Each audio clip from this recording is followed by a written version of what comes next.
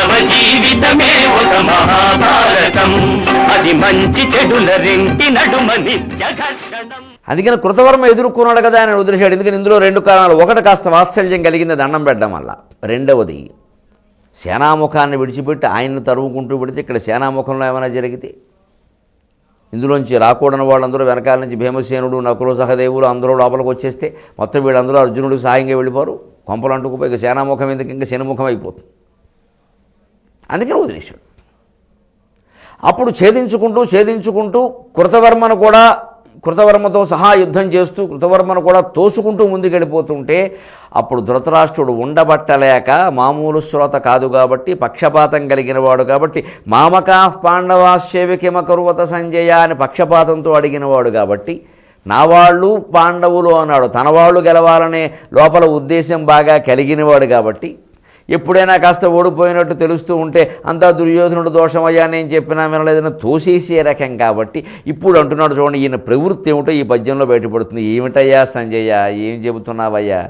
అలా సాత్యకి వెళ్ళిపోతూ ఉంటే ఎవడూ ఏం చేయలేకపోయాడా? ఎందుకయ్యా ఈ దుర్యోధనుడు ఎంత బాధపడి ఉంటాడయ్యా మా అబ్బాయి? హరియున్ బార్ధుని ఎట్ల నేర్పుగల బాఘాశక్తిమై జొచ్చుచు, హరియున్ బార్ధుని ఎట్ల నేర్పుగల బాఘాశక్తిమై జొచ్చుచు, దొరలు సేనలు పెళ్ళుగోలుటకు ఆ దుర్యోధనుండెంత ఆతురతన్ పొందెను, దొరలు సేనలు పెళ్ళుగోలుటకు ఆ దుర్యోధనుండెంత ఆతురతన్ పొందెను.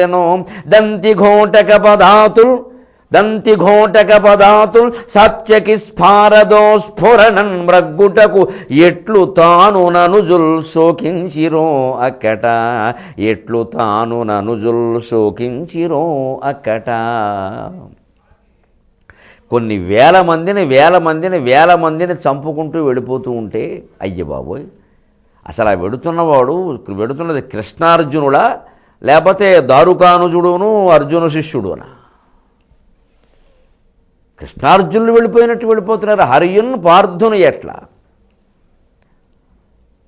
నేర్పుగల బాహాశక్తిమై చొచ్చుచు, కృష్ణార్జునుడితో సమానమైనటువంటి నేర్పుతో ఆయన సైన్యంలోకి అలా దూసుకుంటూ వెళ్ళిపోతుంటే వేల మందిని చంపేస్తూ ఉంటే అయ్యయ్యో మా దుర్యోధనుడు ఎంత బాధపడుతున్నాడో. చూడండి, ఇక్కడ దుర్యోధనుడి మీద జాలి. ఎందుకు బాధపడుతున్నాడు? ఈయన సైన్యం గురించి ఇక్కడ ఓ మాట అన్నాడు, మూల భారతంలో ఉంది. అది సిఫారసులు లేవయ్యా సైన్యంలో ఎంచుకునేటప్పుడు. ఉపకారాలను బట్టి సైనికులను ఎంపిక చేయలేదయ్యా, బంధుత్వాలు కూడా చూడలేదయ్యా, జీతం తీసుకోకుండా వెట్టి చాకిరీ చేస్తున్న వాళ్ళు ఒక్కళ్ళు కూడా లేరయ్యా మా కౌరవ సైన్యంలో సంజయ. సక్రమంగా ప్రతీ నెలా జీతాలు ఇచ్చేసామయ్యా ధర్మశాస్త్రంలో చెప్పినట్టుగాను. అయినా ఇలా అయిపోయింది ఏమిటయ్యా? ఈ సైన్యం ఎంత నీరసపడ్డం ఏమిటయ్యా? ఇది సైన్యాన్ని పోషించవలసిన విధానం, సైన్యాన్ని చూడవలసిన విధానం. మన భారతదేశ రాజకీయ నాయకులకి భారతం ఏ రకంగా చెబుతుందో చూడండి. ఏదో ఒకే ర్యాంకుకి ఒకే పదోన్నతి అని ఇంతకాలానికి చేస్తారా? రాజ్యాంగం పుట్టాక ఇంతకాలానికి సైన్యాన్ని ఎలా చూడాలో భారతంలో చాలా స్పష్టంగా చెప్పాడు. రాజధర్మాల్లో సభాపర్వంలోనే నారదుడు చెబుతాడు ధర్మరాజుకి, ఉత్తమ మధ్యమాధమని యోగ్యత బుద్ధిని రింగి వారినై ఉత్తమ మధ్యమాధమని యోగములను నియమించితే నరేంద్రోత్తమ జీవితంబుల ఆయత్తము చేసి ఇత్తే దయనయ్యయి కాలము దప్పకుండగన్ నియమంబులను నియమించితే నరేంద్రోత్తమ జీవితంబుల ఆయత్తము చేసి ఇత్తే దయనయ్యయి కాలము తప్పకుండగన్. ఉత్తములు మధ్యములు అధములు అని 3 రకాలుగా విభాగాలు చేయమన్నారు ఉద్యోగాల్లో, ముఖ్యంగా సైన్యంలో. బాగా పోరాడేవాడు, కొంచెం ఓ రకంగా ఉండేవాడు, కొంచెం ఇబ్బంది పెట్టేవాడు, అయినా సైన్యంలోకి తప్ప తీసుకోవడం. సంఖ్య కూడా కావాలి కదా. అలా చేసి వారికి ఉత్తమ మధ్యమ అధమ నియోగములను నియమించుది. ఎప్పుడు మేనేజింగ్ ఎబిలిటీ అంటారు, నిర్వహణ సామర్థ్యానికి మంచి పద్యం చూసుకోండి భారతంలో. మేనేజర్ యజమాని యొక్క గొప్పతనం ఎలా ఉంటుందంటే గంట తానే కొట్టుకోవడం, మంచినీళ్ళు తానే తెచ్చుకోవడం, వీళ్ళు ఎవరో సరిగ్గా చేయండి అని చెప్పి ఫైల్స్ అన్నీ తానే గుచ్చుకోవడం. గుమాస్తా అంటారు, ఈయన ప్రిన్సిపాల్గా పనికిరాడు, పీకి బారేయాలి. ప్రిన్సిపాల్ అంటే పెత్తనం చేయాలి, అది కనిపించకుండా చేయాలి. ఆయన చేసి పని చేయించాలి కానీ నువ్వు చేసుకుంటావేంటి? అందుకే ఆ క్షత్రియులు ఉండేవారు ప్రత్యేకంగా. ఆ గుణాలు కలిగిన వాళ్ళే ఉండాలి. ఆ పౌరుషం ఎందుకు చేయవో అని గట్టిగా అడిగి చేయించాలి. అంతేగాని పని మనిషి చేత మనం పని చేయించడం ఎందుకు వచ్చింది, మనమే చేసుకుందాం అనేవాళ్ళు ప్రిన్సిపాల్గానే ఉండి మేనేజింగ్లోనూ పనికిరారు. నువ్వు పని మనిషి చేత పని చేయించలేని వాడివి పెద్ద మనుషుల చేత పని ఏం చేయిస్తావు? అందుకని ఉత్తమ మధ్యమాధమ నియోగాల్లో నియమించడం, అంతేకాదు వారిని ఆ ఉత్తమ మధ్యమాధమ ఉద్యోగం ఎవరిని ఏ స్థానం పెట్టాలో అక్కడ పెట్టడం. అంతేకాదు జీవితంబు ఆయత్తము చేసి ఇత్తే, వాళ్ళకి జీతాలు కూడా ఆయత్తం. పద్యకావ్యాల్లో జీవితం అంటే జీతం, ఈ లైఫ్ అని అర్థం కాదు, జీవితం అంటే శాలరీ అని అర్థం. ముందే 31వ తారీఖే సిద్ధం చేసి కవర్లో పెట్టి ఇచ్చేయాలి. అలా ఇచ్చామయ్యా అందరికీను, అయినా ఇలా అయిపోయింది ఏమిటి అంటే మరి అలాగే అవుతుంది, దానికే ఉంది.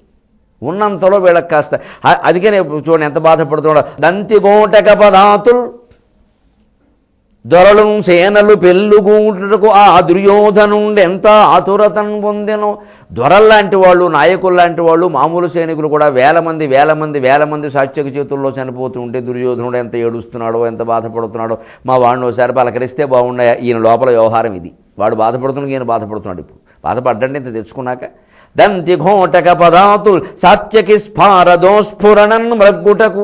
దంతి ఏనుగులు, ఘోటక గుర్రాలు, పదాతులు కాల్బలం, ఇవన్నీ కూడా సాత్యక యొక్క బాహుబలం ముందు నిలవలేక పరిగెట్టేస్తూ ఉంటే ఎట్లు తాను అనుజుల్ శోకించిరో అక్కట. తాను అనుజులు అంతా కూడా ఎలా శోకించారో కదా. శోకించెనో అని ఉంది పుస్తకంలో, కానీ శోకించరో అని ఉండదు. ఎందుకంటే చివరి మాటలో అనుజుల్ అని బహువచనం ఉంది కాబట్టి శోకించిరో అని ఉండవలసింది. ఇంత బాధపడుతున్న వింటున్నవాడు వినకుండా ఇదంతా ఎందుకండి, ఈయన పైకి అంటున్నాడు కానీ పాండవులు గెలవకూడదని, అధర్మమే గెలవాలని, ముఖ్యంగా తన కొడుకు కావడం వల్ల గెలవాలనే కుళ్ళు బుద్ధి ఈయనకుంది. అందుకే ఇదంతా విని గుండెపోటు తెచ్చుకునే అవసరం ఈయనకే పెట్టాడు భగవంతుడు.